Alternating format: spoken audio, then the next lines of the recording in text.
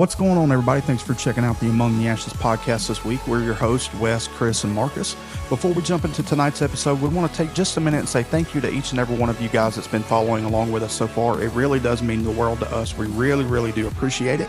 If you're checking us out on YouTube, if you don't mind, go ahead and hit that like button, hit the subscribe button, leave us a comment. We do want to hear from you guys and get some feedback on the show. And don't forget to turn on the notification bell so you can stay up to date on new episodes. When you're done there, if you don't mind, jump over to one of these platforms: Spotify, Apple Podcasts, iHeartRadio, Amazon Music, or YouTube Music, and give us a follow there.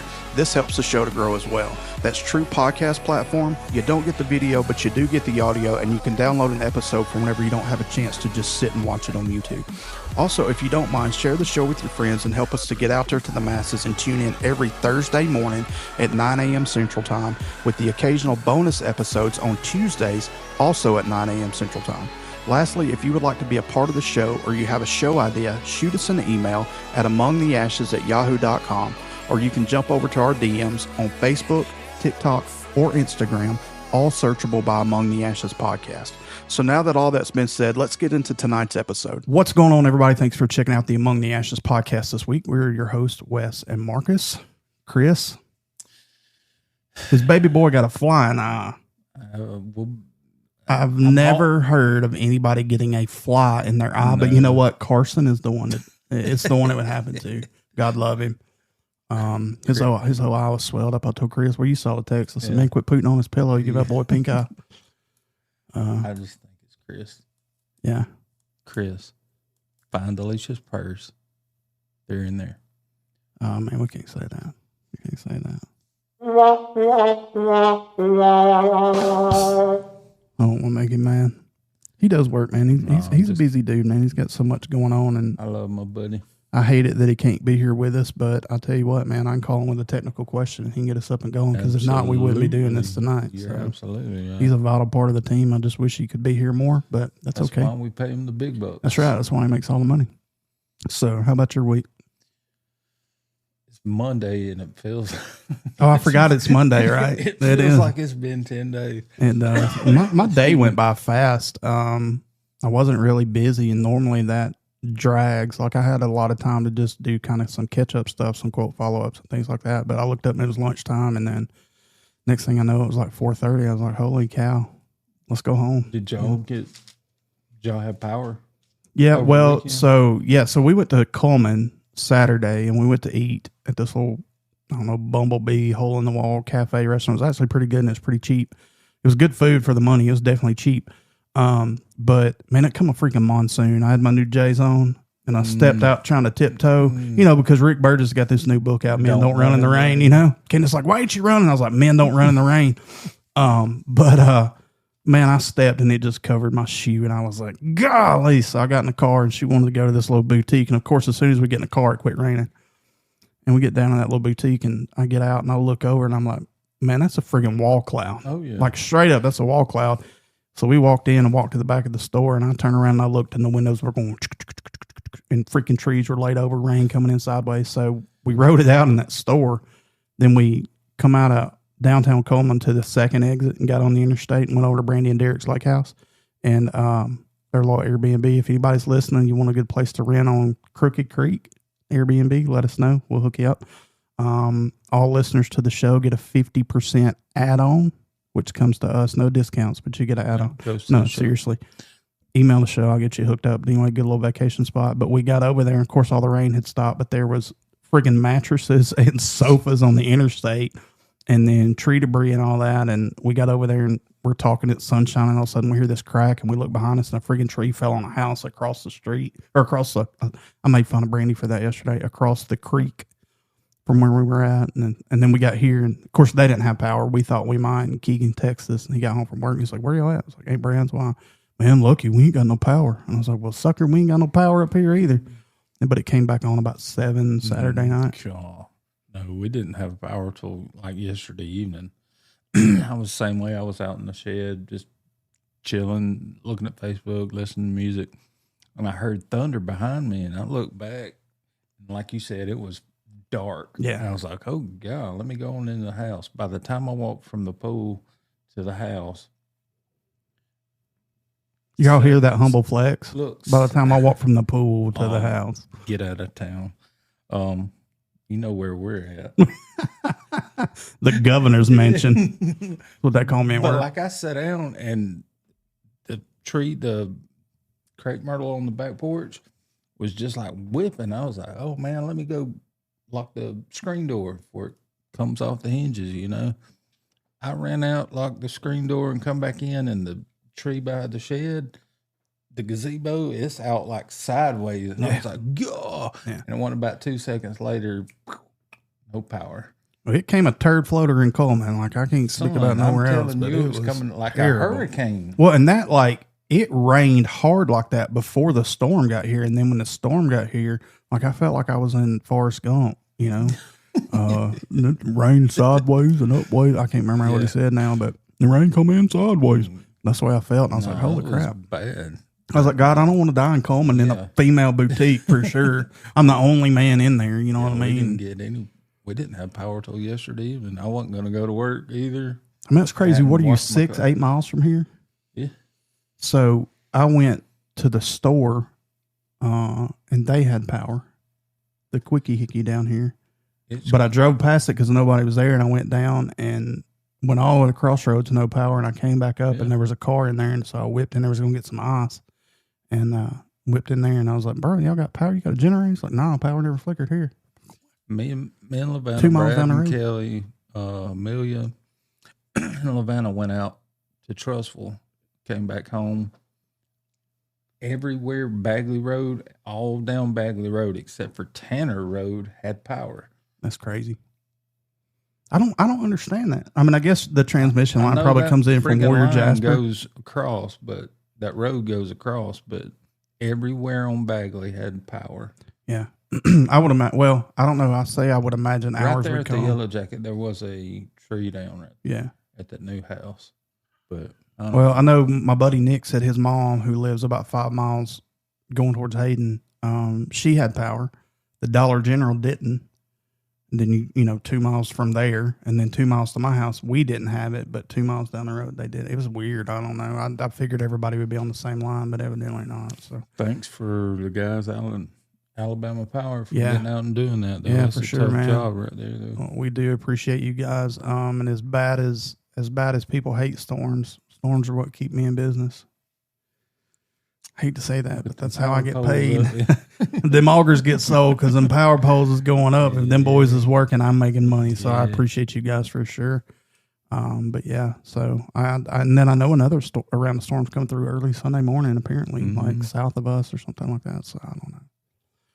It's been a weird summer. Well, I guess it's not technically summer yet, but you would think we would have got all this in late March and April. Yeah. It's like it's just here late. Signs of the times. My opinion. We'll get into that in a minute. That, it hadn't got as hot as it normally has already by June, But I'll tell you what, I worked a lot over in Mississippi, and it's something about when you get to that Mississippi line, the humidity over Friday in Columbus, Mississippi, you couldn't breathe. Well, it's because they don't have power and air conditioning yet. Like 20 minutes loading my truck, my shirt was soaking wet. Like you could have wrung it out. Yeah. It was that humid. That's terrible. It's terrible. I hate it. It's like that. I hate it. So, well, with that being said, we're going to bring on our guest, Jaden. You want to say your last name? Erbrick. Jaden Erbrick. Erbrick. Oh, Herb. How you doing, man? I'm here. That's all that matters. He said he's here, folks, and that's all that matters. Tell us about yourself. Man, I'm just, I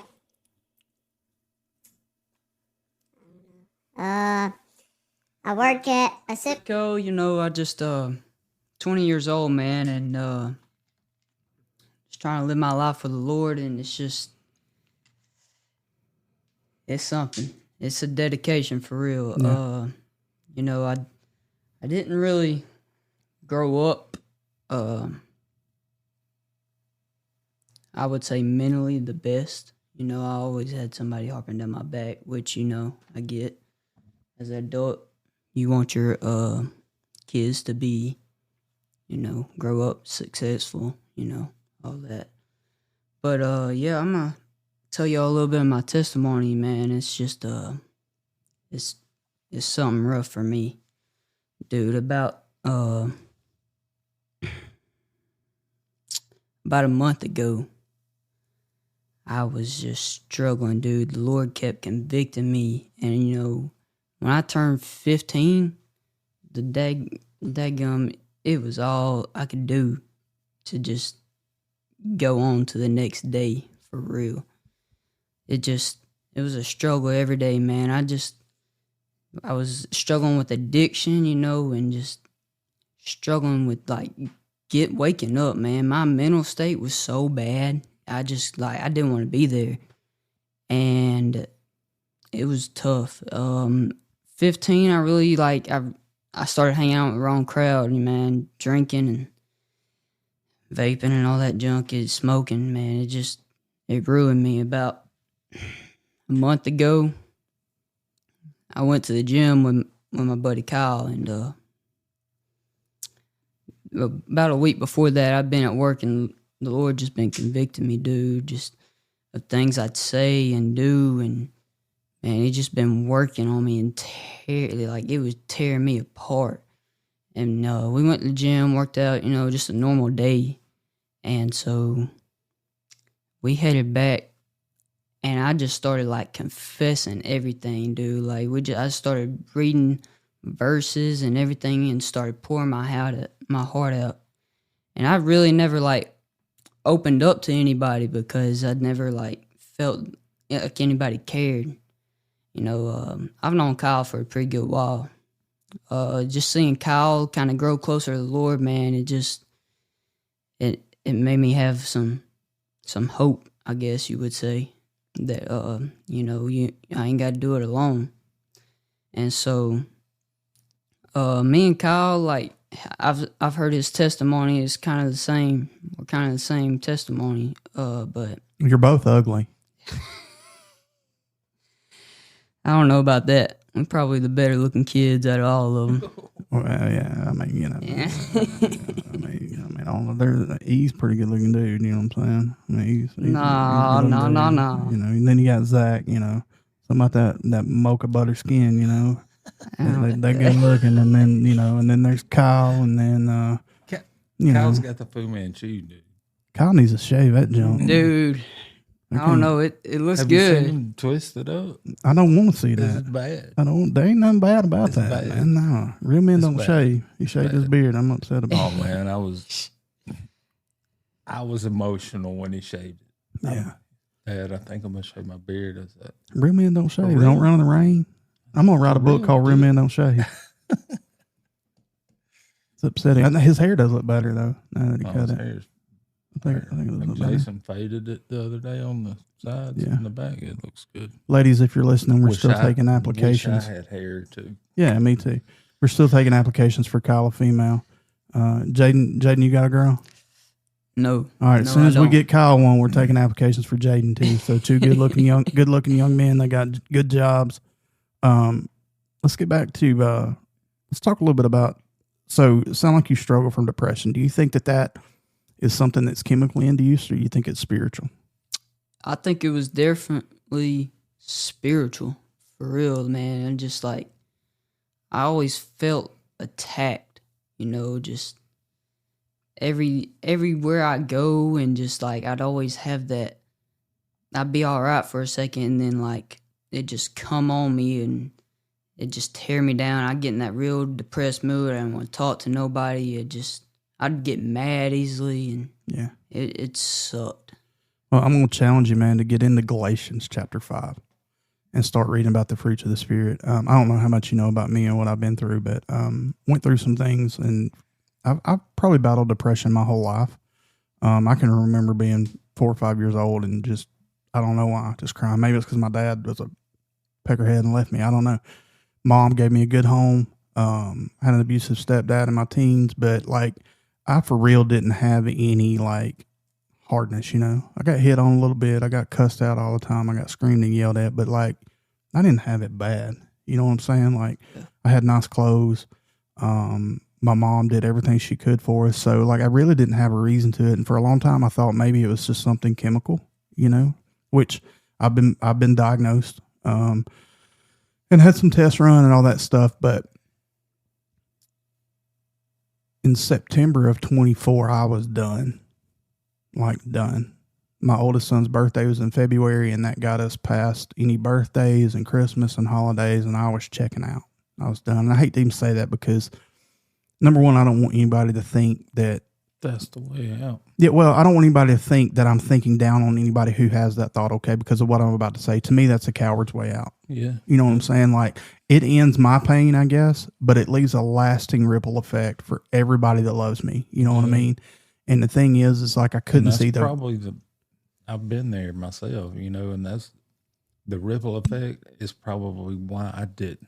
Yeah, and that's really the only thing that's knowing what I left. Yeah. Would have leave, yeah. I was fully willing to take my risk with whatever happened in eternity if it just meant that I didn't feel the way that I feel, And I'm talking like praying, like for years, and it just kept getting worse and kept getting worse and kept getting worse and just heavier and heavier and like for no reason, absolutely no reason. I mean, I'm blessed, dude. I mean, look around, you know what I mean? Like we equate things to blessing, right? But like even we have a nice home and good jobs, but like I'm blessed with a wife who loves me and kids who love me, and they're good kids. And I'm not saying they don't do their dirt, but I don't have no problems out of them, and like, I mean, my life, people would kill for my life. I probably shouldn't have said that word on here. People would love to have my life, but all I could see was the negative, and the Lord spoke to me, I feel like in late September, early October, and said, open your Bible, sit down at the head of your table, open your Bible, and you'll find me. You'll find deliverance. And I started reading about the fruit of the Spirit. And that's when we started the men stuff. And the fruit of the Spirit talks about love and patience and kindness and being slow to anger and slow to wrath and all those things. And then you find the lusts of the flesh are wrath and anger and all those different things. And the Lord really began to speak to me about producing good fruit and what it took to produce good fruit. And if I'm a man, I need to be slow to anger. If I'm a man, I need to be slow to wrath. I'm not saying that I shouldn't get angry or that I shouldn't know how to produce wrath in the right time, the right setting. You know what I mean? Don't be a coward. Don't back away from confrontation, but don't start none. Just be a man, And it opened my eyes. So as a young man, I would challenge you, if you're trying to figure out somewhere to start there and just read it and read it and read it and read it. Because the thing I found that if I'm busy taking care of the fruit, if I'm planting that tree, I'm watering that tree, I'm cultivating, I'm pruning it. Next thing I know, the fruit is there. And not only am I eating from it, but everybody around me is eating from it. And I'm so distracted taking care of the fruit and doing what I need to be doing. And I'm so in tune with God that the distractions don't come in, And I'm not saying I hadn't had those moments. I went through a moment last night. I'm laying in bed and I'm praying and I'm like, God, why this? And why are you not answering my prayer here? And da-da-da and da-da-da. And I felt like the Holy Spirit said, go read Hosea 4. And when I read it, I was like, what did I do?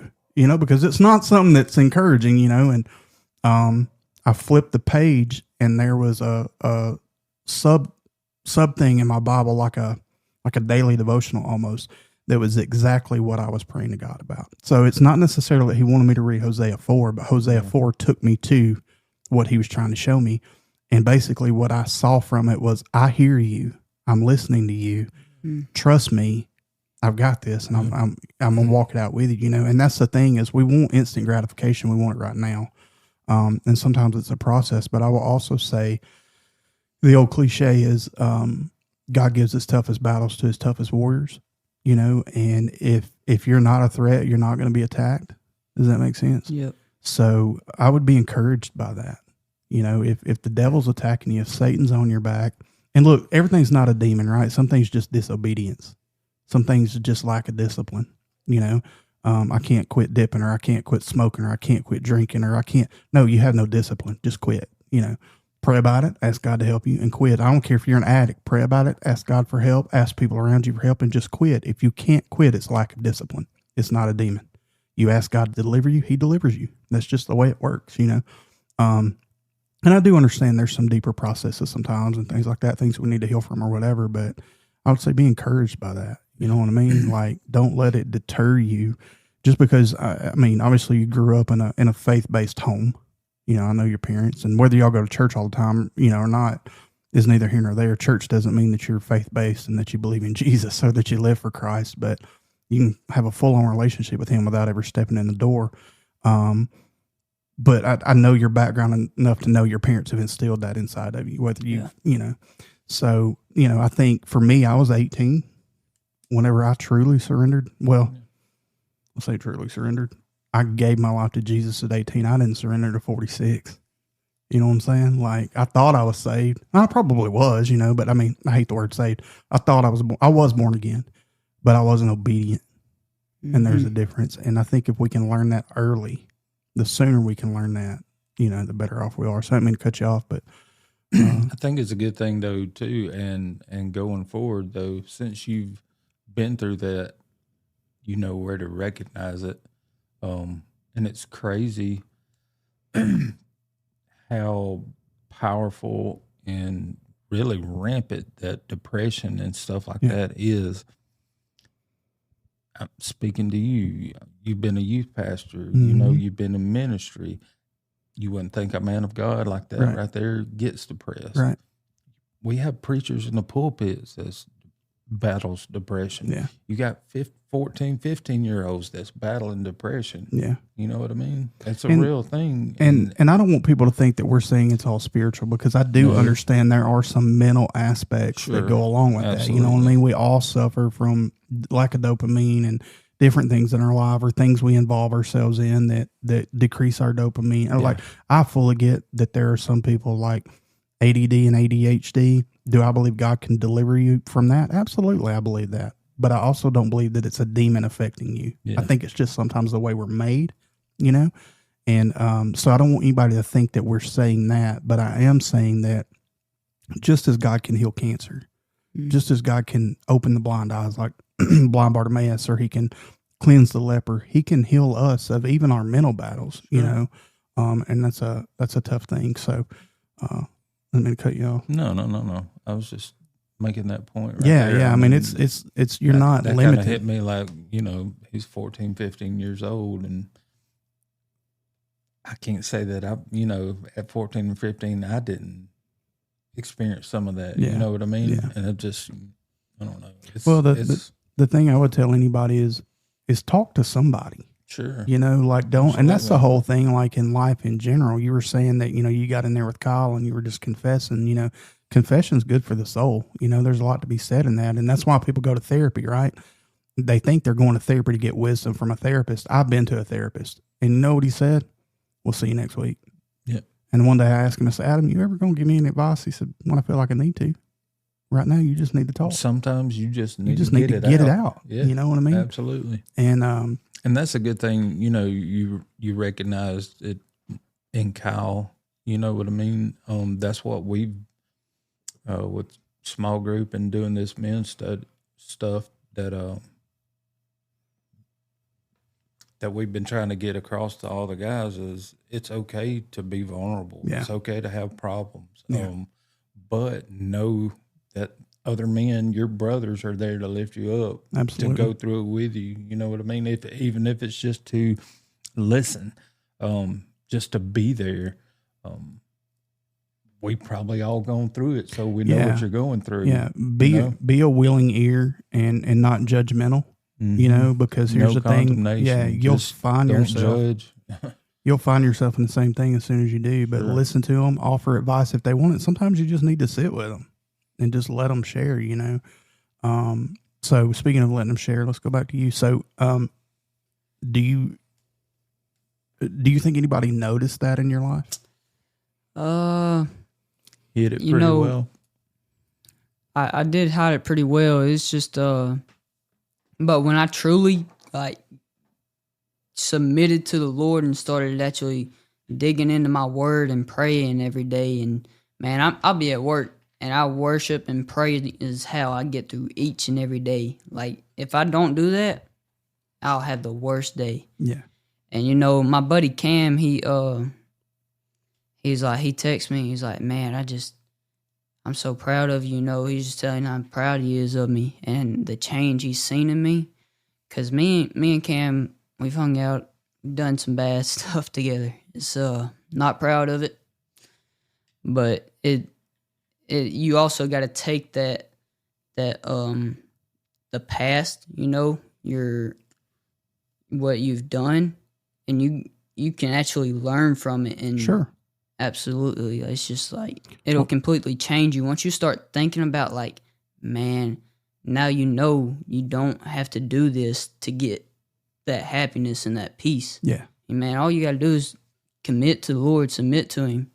It's not easy all the time. Sometimes it ain't fun, but it's just you're going to come out better on the other end. Absolutely.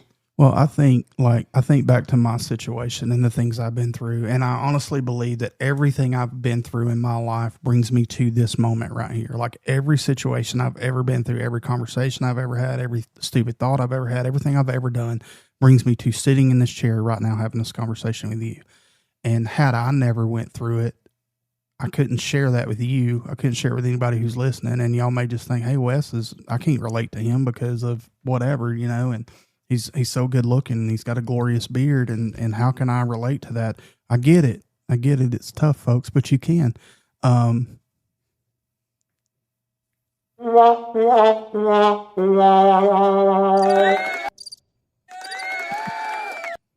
Yeah. So was in a battle there.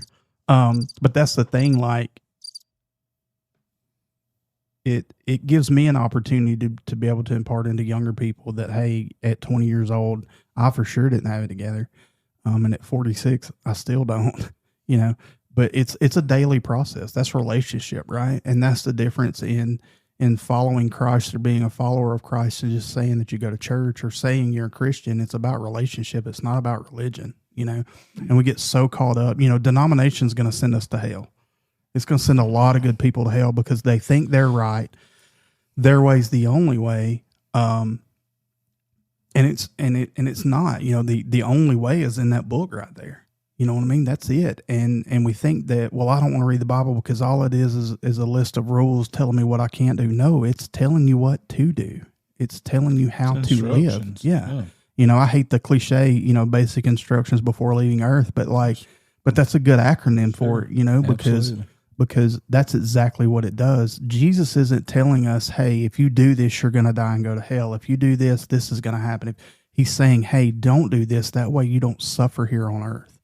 Yes, we do get to spend eternity with him, but he also says that he came to give us life and to give it more abundantly. And that's not just spiritual life. That's life here. Mm-hmm. He has a plan for us. He has a purpose for us, and he wants us to enjoy this life as much as we can. The thing is the world has taught us that being a Christian is not fun, that it's this strict life that you can't do anything, you can't have any fun, you can't go to concerts, you can't ride a motorcycle, you can't hang out here, you can't do this, you can't do that. And it's like, why can't you? Why can't you?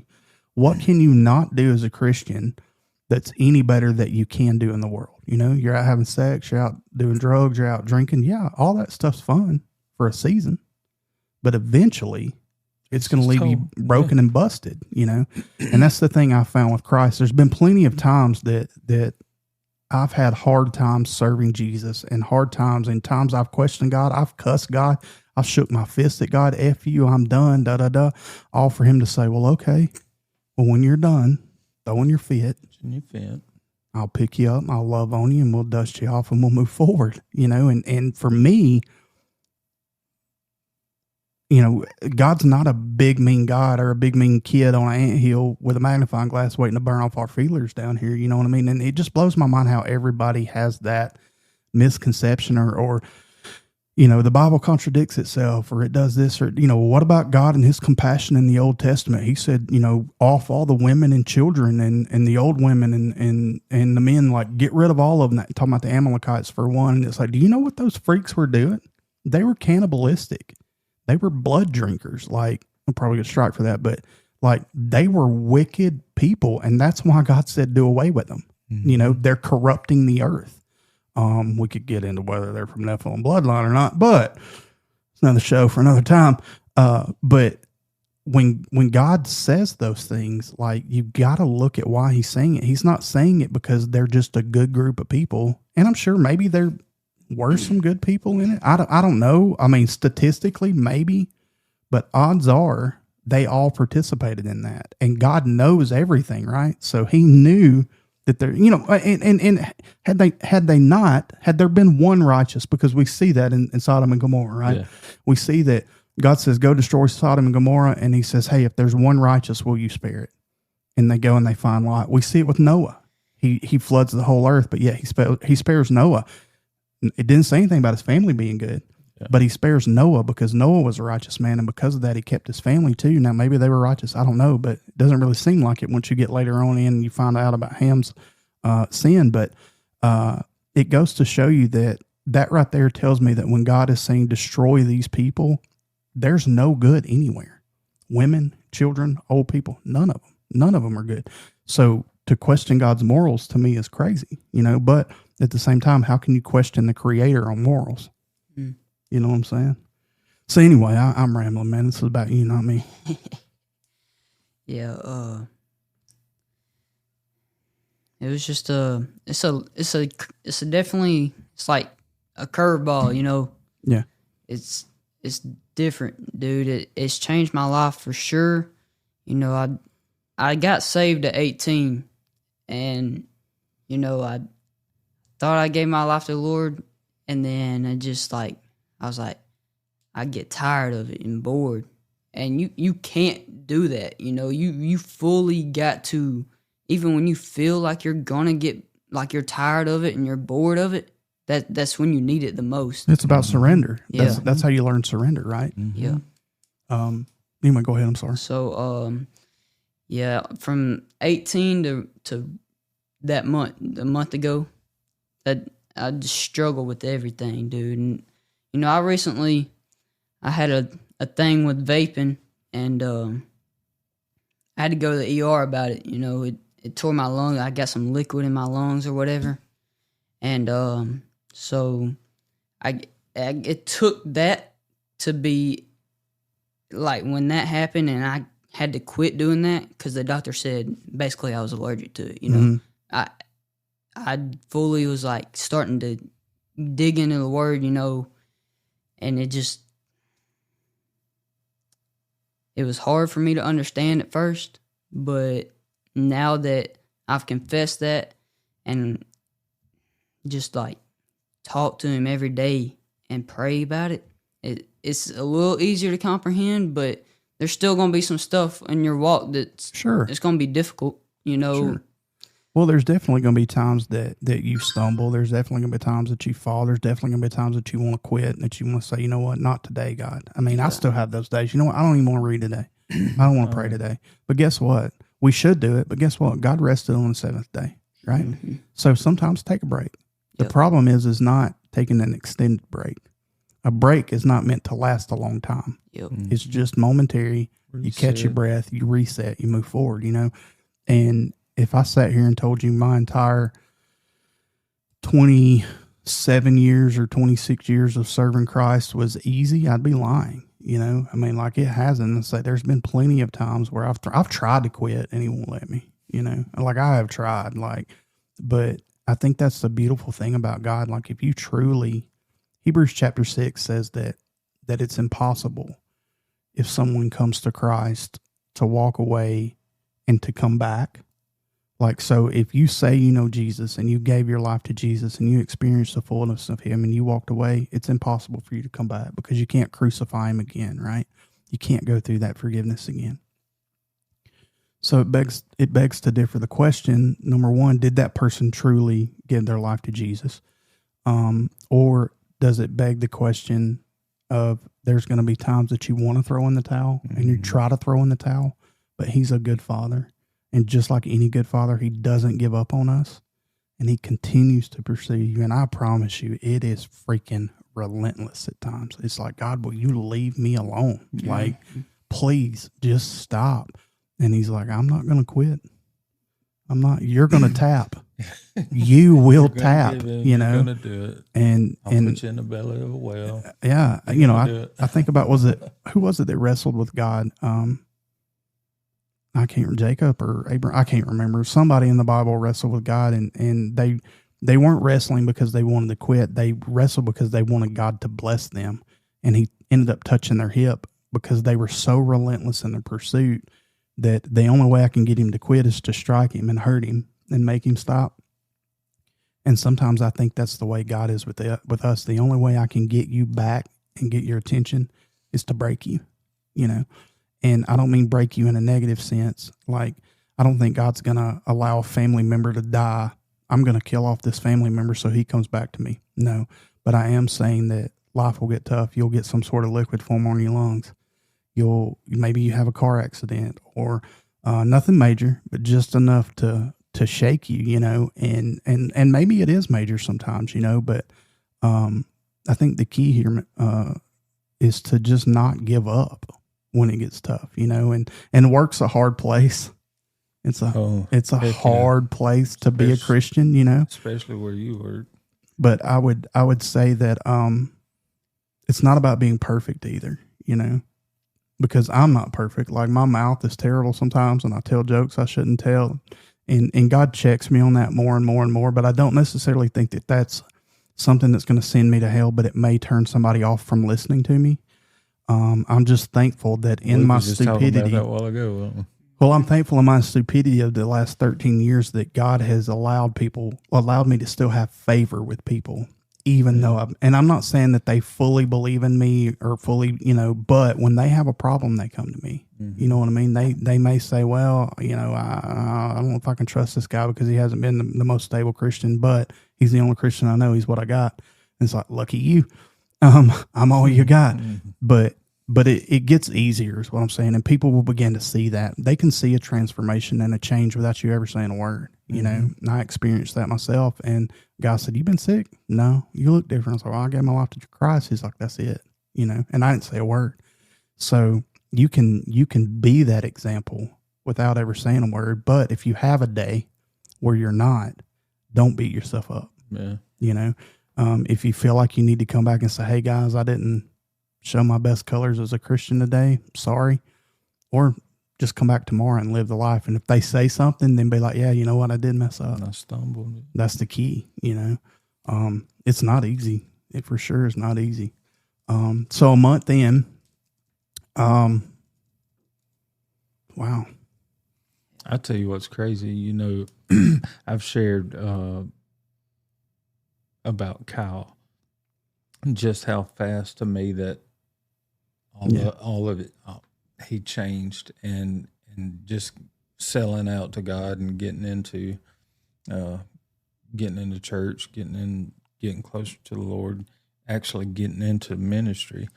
How fast the Lord is blessing and working in young people in this area, you know, and it speaks to Jaden too, you know.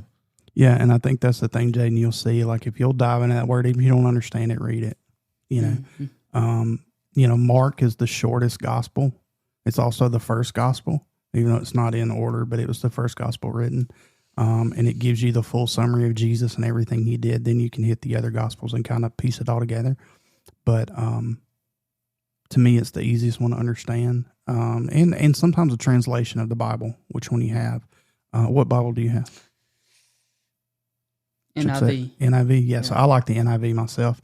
I have a New King James Version, and I can understand it till it gets to the words of Paul. Yeah. And Paul is so freaking wordy. Like, he's a wordsmith, man. It's like, Paul, just get to the point, you know. Did you get that app that I sent you? I haven't. I got the YouVersion app, but I didn't download the other app yet. Yeah. So, but yeah, I mean, it's just about a daily thing, you know. It's relationship. Yep. Just, I mean, obviously you've never had a girlfriend because you're ugly, but if you ever had a girlfriend, you would want to talk to her every day, right? Absolutely. And she would want to talk to you, and that's key there. So, have you noticed more young people coming to Christ? I mean, like, is it noticeable in your time frame, in y'all's eyes? I guess. Not going to church, but selling out.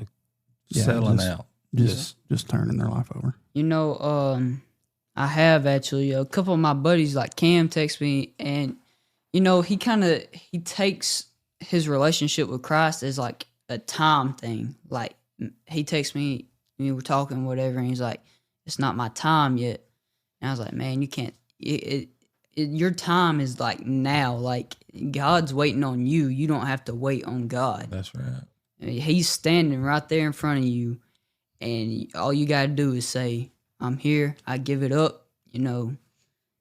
It's a great thing, And his brother's been struggling here lately, and I just got the opportunity to talk to him and really kind of give him some advice about it, And he says he's doing better. I haven't talked to him since then, but I really pray he does, man. That's my brother for real. I've seen a bunch of other people like the youth group. I see them. They want to be a part of the church and everything, and they want to commit to Christ. When you're young, it just it's kind of different. You got everybody that's kind of wanting to judge you, and you're scared. You're scared of it. But the folks over there, we got these youth, and they want it. I can tell they want it. Well, that's the thing you got to think about. So whenever I came to Christ, Marcus and I were inseparable. He's my cousin, but we're brothers. Me, him, and Les, we were inseparable. We were always together. Two of the three of us were always together. Nearly 7 days a week through our high school years, for sure, we were at each other's houses. Me more at their house than ours, just because they had more room. But we were together all the time. And the hardest thing I had to do was walk away. And I'm sure they didn't understand it. Maybe they did. They never questioned it. They never said, "Hey, why are you not hanging out with us? Why are you not coming around?" But I knew, even though I wasn't deep, I did my dirt, but I was always one that I wasn't going to push the limits. I was just far enough, but I knew that I couldn't be around that and do what I felt God called me to do. Because the night I gave my life to Christ, brief summary, I was laying in the bed. We had pagers back then, and showing my age. But when somebody paged you, it would go off. And if you didn't clear it, it would beep until you cleared it out or went all the way through it. So I know I went all the way through it because it went off again. It just didn't beep. Probably 15, 20 minutes later, it went off a second time. Called, and it was Wendy Williams on the other line, and she's like, "Hey, I need to pray for you." I was like, "You don't need to pray for me. I'm good. Don't pray for me." Well, long story short, I ended up breaking, and I gave my life to Christ that night, and I'm crying. She's crying. And I said, had you not paged me the second time? She just broke.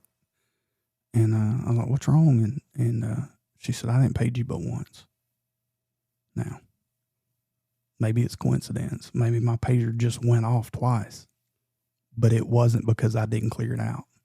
It had to have been dialed twice to go off the way it went off. Not only that, it was long distance.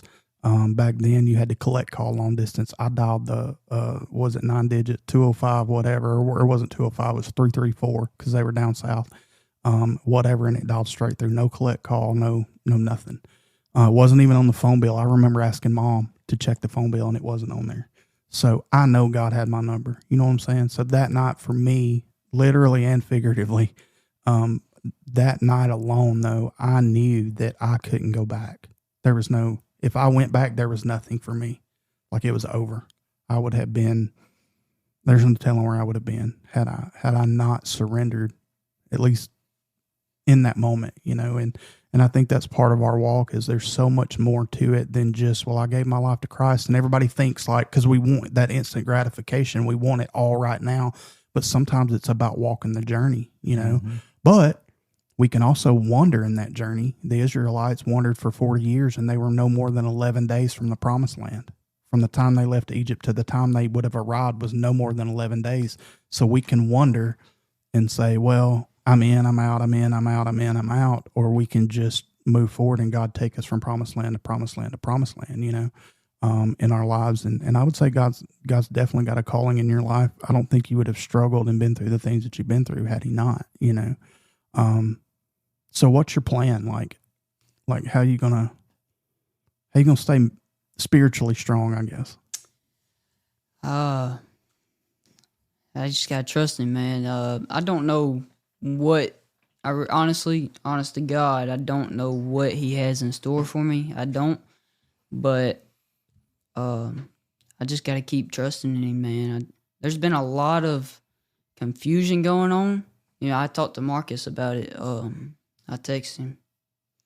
A lot of confusion was happening, and I just had to sit back and just comprehend, like just chill and just be like, okay, God, this ain't it.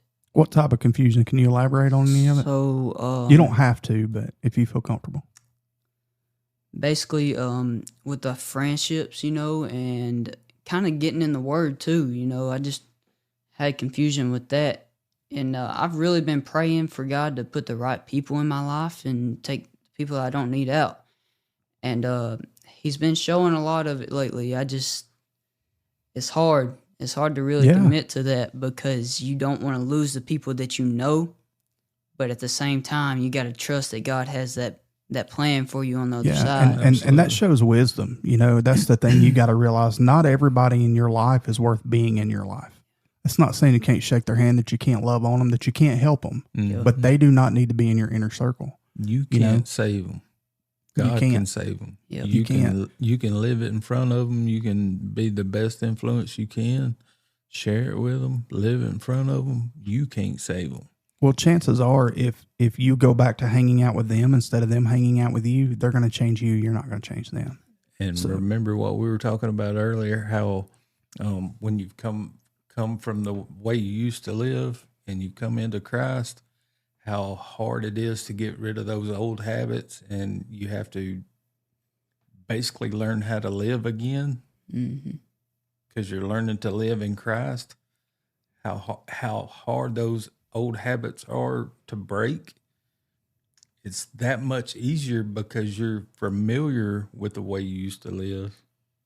So when you get back around those friends and they're still living that way, it's so easy just to fall right back into the way you used to live. And here's the thing: we're not judging them for the way that they live. You know what I'm saying? But you're different. You're choosing to be different. You're choosing not to stay in that whatever it is, that lifestyle. And their lifestyle may not necessarily be bad or be bringing them down mentally and emotionally, and I think it eventually will. But in the moment, maybe it's not. But I think that you can be more of a light by distancing yourself, as hard as that is, and be an example than what you realize. He's sitting right here. You know what I'm saying? It was a long 2 years. Mm-hmm. It was a long 2 years. I'd go by and see him. I'd hang out with him here and there, but it wasn't all the time. Now, about that time, we had both gotten married. So, within a year and a half or so, we had both gotten married. So it got a little easier to not hang out with the boys all the time because I'm married at this point, but it was heartbreaking in some ways, but I understood. Yeah. And I had been there, but I wasn't ready to surrender and just live my life. You know what I mean? And I wasn't pushing it on you because I knew how passionate you were about, and your life. Yeah. And it was a whirlwind. Like, God called me to preach whole 9 yards in the same night. Like, I had a vision of me preaching. And like, when I say a vision, like, I was not in my room anymore. Yeah. Like, he took me somewhere. It was that real to me, and don't get discouraged if you haven't had any moments like that. You know what I mean? Because it doesn't happen with everybody. I think everybody interprets it their own way and sees it how God shows it to you the way you're going to understand it. For me, that's how I understood it, but I have found in my 20 plus years of that, often saying, well, God, why don't you do that all the time? And he's like, because you don't need it all the time. You can hear me, like, just like last night, like, it sounds real minute that I just, okay, I'm going to go read this. And I read it and I flip over and there's exactly what I was speaking to him about. It sounds kind of crazy, coincidental, whatever. For me, that's a big deal. You know what I mean? Like, God answered my prayer last night, not like he doesn't all the time, but he legit said, hey, yes, I'm listening to you. Now, there's plenty of times in my walk that I've said, are you listening? Are you listening? Are you listening? And I get silence. It's almost like me with my kids. Hey, Dad. Hey, Dad. Hey, Dad. Hey, Dad. What?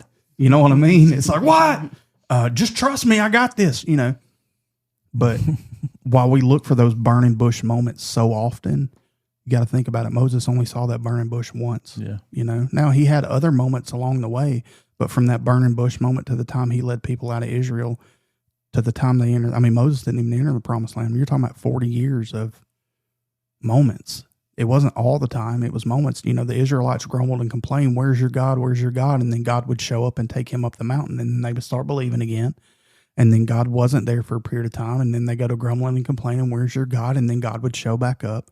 You know, and I don't understand why he does that, other than that's how you build faith. That's how you trust him. It's in the moments of it doesn't feel like he's anywhere around. I can't see him. I can't feel him. I can't hear him, but I know he's there. Does that make sense? And you move from faith to trust, as in you're always with me. And if you're always with me, then it doesn't matter. Whatever happens, happens. It's me and you, God, you know? And eventually your friends will see that maybe they're sitting back and saying, "Let's just see if it sticks with Jaden. If it sticks with Jaden, we'll follow him." You know, that's one way to look at it. And I feel like a lot of times with them, it was kind of that way. Let's see if he's going to stick with it. Yeah. You know, and if he sticks with it and we see change in his life, then we'll decide to change ours, even though we grew up in church. You know? Well, not only that, but God could be using you to bring them to Christ. Yeah. I mean, he might be using you just to have those certain friends right there, those 3, 4, you know, core friends right there to bring them to Christ. So and that's living it. That's the thing. Like, if they're truly your friends, they're going to be there. Chris Nichols is prime example. He didn't want anything to do with God. I was living with him, but he didn't care that I did. 6 or 8 months later, a year, he gave his life to Christ just because I lived it in front of him. You know, I wasn't partying on the weekends with him anymore. He was partying. I was there, but I wasn't partaking, or I would go somewhere else, you know? And so it's just all about, I guess, perspective and how we see it, and whether or not we want to let it defeat us. And to me, you don't seem like somebody that wants to get defeated too easily. No. Pride's a fickle thing. You know, pride can be your downfall, but it can also be a good staple for a foundation. Use it correctly, you know. Not worried about, well, I'm going to stay in it because I don't want anybody to say I'm a loser, I'm a failure. You know what I mean? There's nothing wrong with having that pride, you know. But I'm the best, I've got it. Then there's an issue, you know. But anyway, continue on. Yeah, I can tell you talk a whole lot. I'm the one that talks a lot. Sorry. About the pride thing, you know, before I gave my life to Christ, pride was the biggest thing. I filled my head up. My ego was so high. And when I gave my life to Christ, man, it just hit rock bottom. And I was like, he humbled me so quick. You know, I have a good job. I make good money. I go out and be, what am I trying to say? Prideful with it. You know, I'd show it off. And, you know, I'd show off a lot of things I had. You know, I got a nice truck. You know, I'm only 20 years old. You know, a lot of people don't get that at 20 years old. And I just had my ego was so big. And then when I met God, it brought it down. And now I'm like, okay, just like, you know, you can still have some pride, you know. Sure. But also you can't be too prideful for it. Takes it away from God. Yeah. Yeah. Well, and I think that's key right there. Like, you can have pride in the fact that you're a good looking young man. You have a nice physique. You want to take care of yourself. You want to be healthy. You want to look nice. You want to be clean cut, you know, whatever that is. You like tattoos, whatever. But it's not, I'm doing it because I'm lost in myself. I think that highly of myself that this makes me better.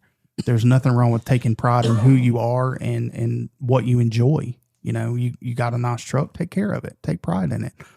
Man, no, you're 20 years old. You got a nice truck. Yeah, the Lord's blessed me, man. Yeah. He's blessed me beyond what I deserve. It's his. If he takes it, he takes it. You know, and I think that's the key. There's a difference in having pride and being prideful, you know.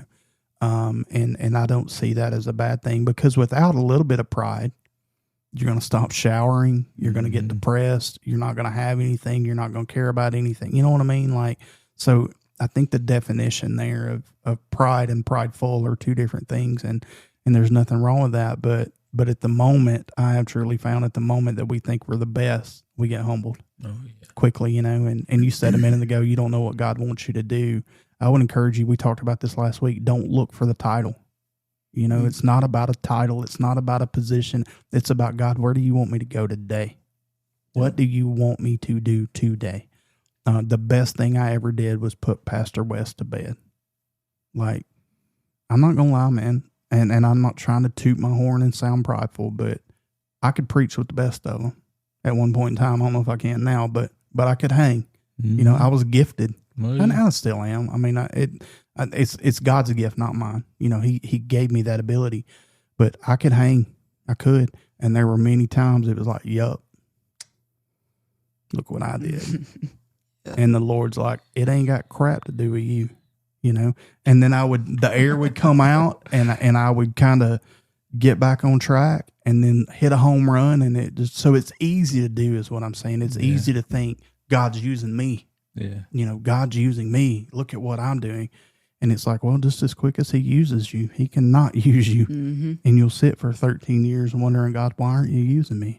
And I'm not saying God didn't use me in the last 13 years because I was prideful, but I do think it took those 13 years to make me realize that it's not about me.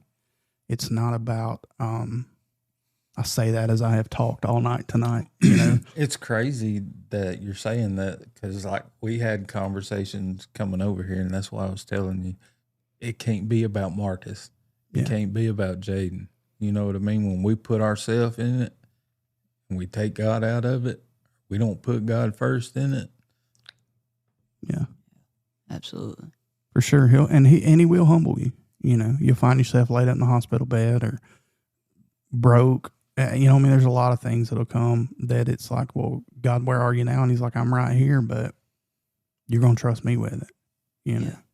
So what's your next step? Like, I don't know. You know, I've been praying a lot about what he wants me to do. And I really, if you would have asked me in the past or a month ago if I was going to teach a class on Wednesday night to these youth, I'd never thought I'd do it. Yeah. Never. Yeah, I love the youth. I love seeing them want to get close to God and actually involve themselves in it. If I had every Wednesday off or Sunday, I would absolutely do it. I just want to spread the word, you know. He calls us to do his works. He calls everybody to do his works, spread the word, you know. But I just really been praying about what he wants me to do with that.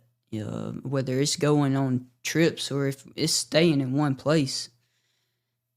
I want to help people grow close to God. That's and I think that's amazing. I would say, God, help me to use wisdom in that. Help me to use wisdom and to not be prideful and to not make it about what I want, but about what you want. And ultimately, I don't hear you saying it as in I want to do it. I hear you saying as that I desire to do something for him, you know. And I think you can have a connection with younger kids, you know, with because as much as I feel like I could connect, I'm not relevant to those kids today. You know what I mean? I could go in and do the job, but because I know how to do it. Yeah, but to have people their age or just a little older that they would look to, from it right there. So, you're up enough in the culture to know what, you know, what bussing means or, you know, whatever. Skippy toilet paper, all that stuff, you know. Don't use those words. But you're up to enough on the times to be relevant, but also young enough for them to see, well, hey, he's young and he's serving God. I can do it too, you know. Yeah, there's no age limit at all on serving God. Sure. You know, I always thought, like, before I did this, I was like, man, Kyle's 20. You know, I didn't wait till I'm 20. You know, it wasn't like, it can't be like that. You can be 12. I seen something today on Facebook where a little kid at the Alabama Church of whatever, God, Christ, he was fully, God, Jesus had completely touched him. He was sobbing, and he was working in that little kid's life. And the kid wasn't but like 9 or 10 to 10 years old. Yeah. And I just, it's amazing to see the Lord work. We've got a friend, Cam Wade. Yeah. Their cousin, Matt Wade, he was preaching at 12, 13, I think, and bringing the word, you know. I'm not saying he hadn't made mistakes in the last 40 years of ministry, 35 years of ministry, however long he's been doing it, but could absolutely bring fire preaching to adults at 12, 13, 14 years old, and we see in the scripture that even Jesus went to the temple and taught when he was young. I don't know the exact age. People say 12. I don't know the exact age, but he was young, and I think there's, I say this about women, like I think women have a special connection with God. But I think God uses young people in a way that he doesn't use adults.